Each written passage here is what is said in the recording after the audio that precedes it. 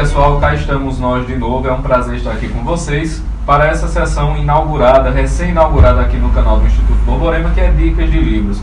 Obviamente, como vocês já devem ter visto, e se não viram, vou dizer agora, não são aulas, nem são coisas muito grandes, 30, 40, 50 minutos, nada disso. Nós vamos apresentar aqui um livro, falar um pouco sobre ele, de modo que vocês despertem a curiosidade para ir lá adquirir, para ter acesso ao conteúdo que nós vamos colocar aqui, tá certo? E antes de começarmos, é interessante falar que todo esse trabalho aqui só é possível graças às doações. Então, vá lá no site do Instituto, seja um benfeitor, vá lá no Apoia-se, doe a quantia que você quiser doar, para que nós possamos continuar esse trabalho aqui que tanto bem faz, certo? Tanto para nós como para aqueles que recebem o conteúdo. Dito isto, vamos começar. Eu escolhi um livro aqui que é A Fuga do Campo 14. Eu vou até mostrar aqui para vocês, tá certo? Fuga do Campo 14. Ele conta a história, na verdade, como tem aqui na capa do livro, né? A dramática jornada de um prisioneiro da Coreia do Norte rumo à liberdade no Ocidente. Ele conta a história de um jovem chamado Shin Dong-hyuk. Eu acredito que a pronúncia é essa. Me perdoe, o meu coreano não é muito bom. Mas ele foi um prisioneiro no campo de concentração. Esse campo de concentração aqui, o Campo 14. Mas a história dele tem uma peculiaridade com relação a outros prisioneiros de campos de concentração. Por quê? Veja, a maioria dos prisioneiros de campo de concentração, eles são levados ao campo de concentração. Então você pega toda aquela multidão, por exemplo, dos judeus, dos ciganos, ou seja, daquelas pessoas consideradas impróprias, né, geneticamente inferiores, consideradas pelos nazistas, elas foram levadas aos campos de concentração. Esse nosso imaginário com relação à Segunda Guerra é muito claro, aqueles trens, né, levando as pessoas para Auschwitz e outros campos espalhados pela Alemanha. A peculiaridade da história, né, desse rapaz aqui é que ele nasceu dentro de um campo de concentração. Ou seja, não é que ele conheceu o mundo exterior e foi colocado, confinado num campo de concentração. Não foi isso. Ele nasceu lá. Por quê? O fundador da dinastia que até hoje toma conta da Coreia do Norte, a dinastia comunista da Coreia do Norte, ele tinha não vou nem dizer uma teoria, mas assim, era uma mentalidade, um modo cruel, né, de tratar o seu próprio povo, que falava do sangue ruim. É como se o fato de você, por exemplo, ser um traidor, entre aspas, do governo, no sentido de você se opor ao governo, você ser um contra-revolucionário, você ser um inimigo, olha só que terrível, você é um inimigo da Revolução Comunista. O fato de você ser um inimigo político é como se manchasse todo o seu sangue, então você tem um castigo geracional. Então você faria uma coisa, seu filho e seu neto estariam lá no campo de concentração também. E esse rapaz aqui, ele nasceu dentro de um campo. Como é que ele nasceu dentro de um campo? A família dele foi levada lá? Não, não é isso. É que o seguinte, para certos prisioneiros, como uma modalidade de presente, eram entregues algumas prisioneiras para que eles tivessem sexo 2, 3 vezes por ano. Então essa era a constituição familiar, certo? E num desses encontros, né, o pai e a mãe dele engravidou e ele nasceu. Então, uma das primeiras coisas que a gente vai ter contato aqui com a vida dele é a ausência de coisas como afeto, como carinho, como amor. Ele mesmo diz que para ele, a mãe e os irmãos não eram mãe e irmãos como a gente compreende mãe e irmão. Eram pessoas que disputavam a comida. Porque a comida também era muito escassa, quer dizer, até os 21 anos, se eu não me engano, que foi quando ele conseguiu fugir do campo, ele só tinha comido oficialmente, né, dado para os prisioneiros do campo de concentração, uma sopa salgada de repolhos e um angu de milho. Pronto, era apenas isso, né? Ele complementava a dieta comendo ratos, inclusive na época da colheita, que era a época que tinha muitos camundongos, ele disse que era uma das épocas mais felizes da vida. Por quê? Porque ele podia comer ratos.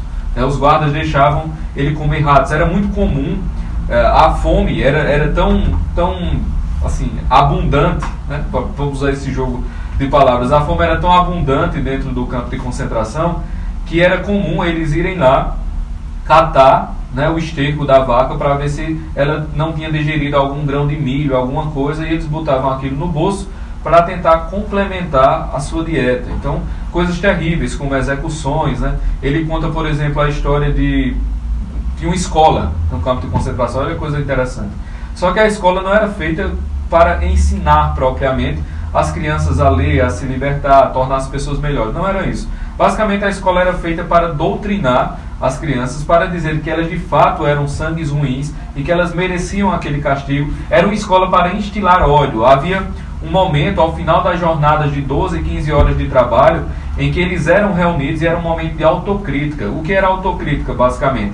Alguém que não teria completado a sua cota de trabalho, a pessoa não comia, era obrigado a trabalhar 12, 15 horas por dia. Se não completar a sua cota de trabalho, ele ficava no meio, e todo mundo, no meio do pessoal lá, e todo mundo começava a gritar, a xingá-lo, e ele ia lá e admitia a sua culpa de não ter feito aquilo. Então, veja um jogo psicológico muitíssimo cruel, não é verdade?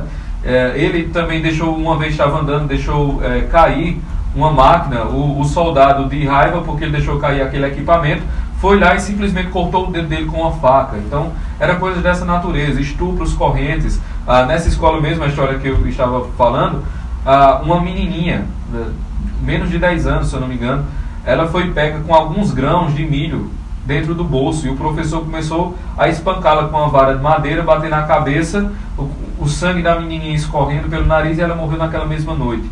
Então é esse tipo de ambiente que existe lá na Coreia do Norte, inclusive até hoje, né? Nesse regime maldito.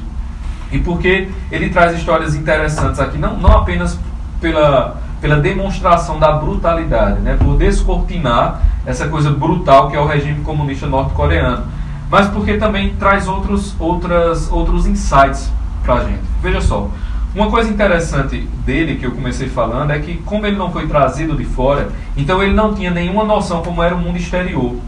Então todo o horizonte de consciência dele era fechado ao que acontecia no campo de concentração, né? Inclusive, como ele fala, palavras como amor, como afeto, coisas desse tipo eram simplesmente inconcebíveis para ele.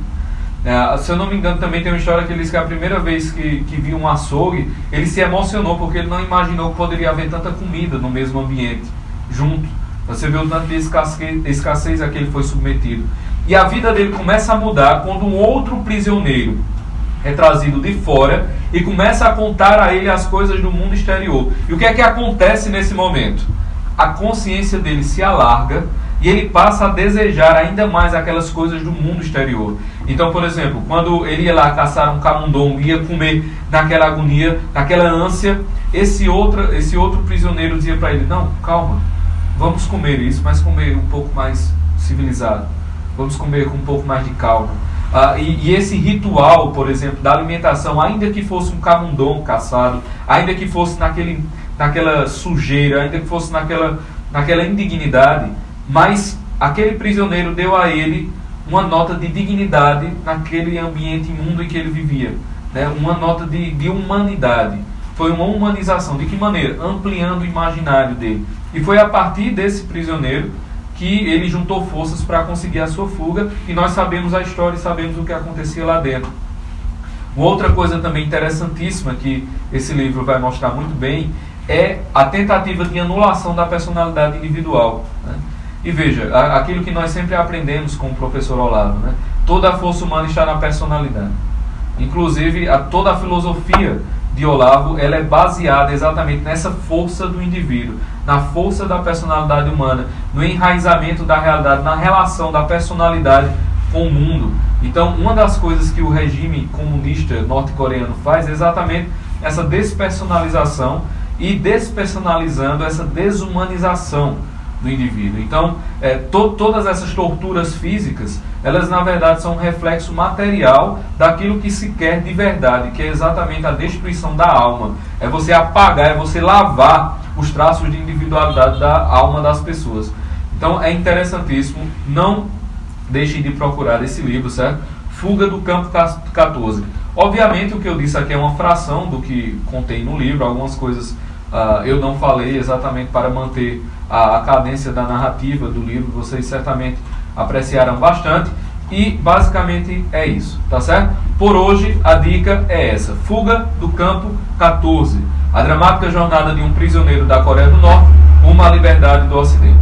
Beleza, pessoal? E é isso, até uma próxima oportunidade. Valeu!